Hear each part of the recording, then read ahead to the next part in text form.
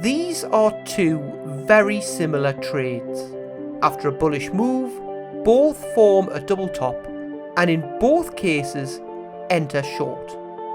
In both cases, the exact same stop loss, 10 pips. One trade is stopped out. The other survives and reaches its target.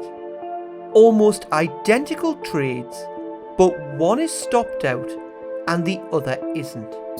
So was the 10 pip stop loss too tight for one of the trades, or are we asking the wrong question?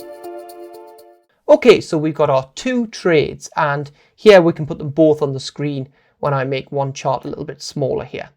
Okay, so two very similar trades. Double top, we enter at the completion of a double top. The stop loss is placed 10 pips above the high point of the double top in both cases. Okay, 10 pips above the high.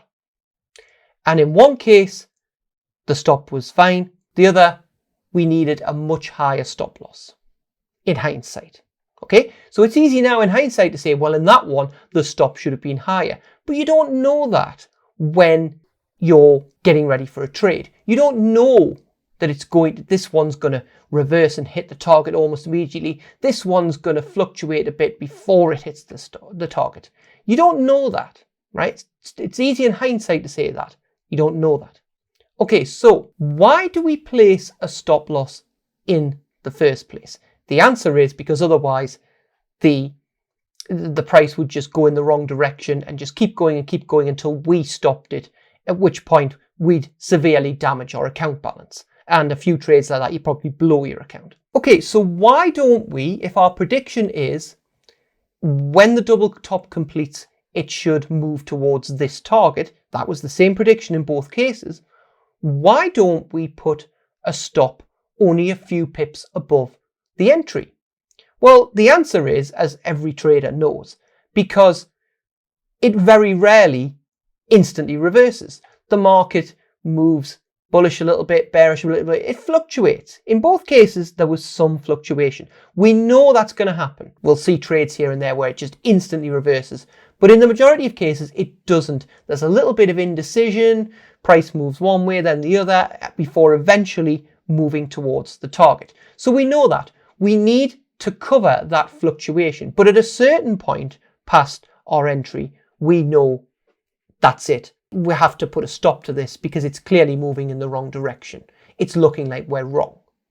Okay, so if that's the case, we need a stop that rather than an arbitrary amount of 10 pips above the high, we should have a stop loss which takes that market fluctuation into account.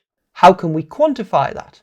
Well, the indicator is, of course, the ATR, which you can see I've got on both charts, right?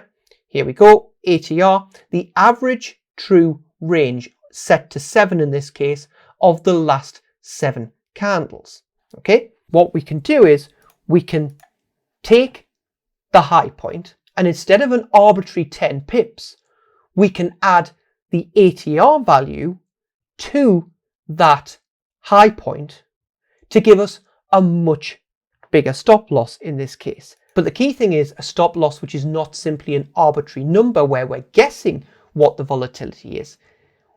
The key point is we anchor the stop loss into recent market volatility.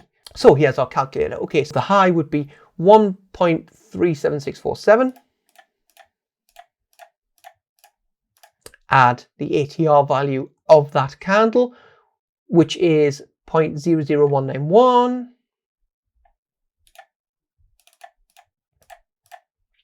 Gives us a stop loss of that. So let's make that our stop. Copy and paste that into there. And there we have it.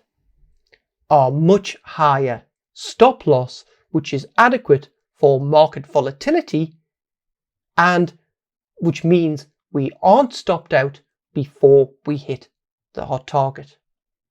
And so with an ATR stop, You're not simply thinking of an arbitrary number, 5 pips, 10 pips, whatever.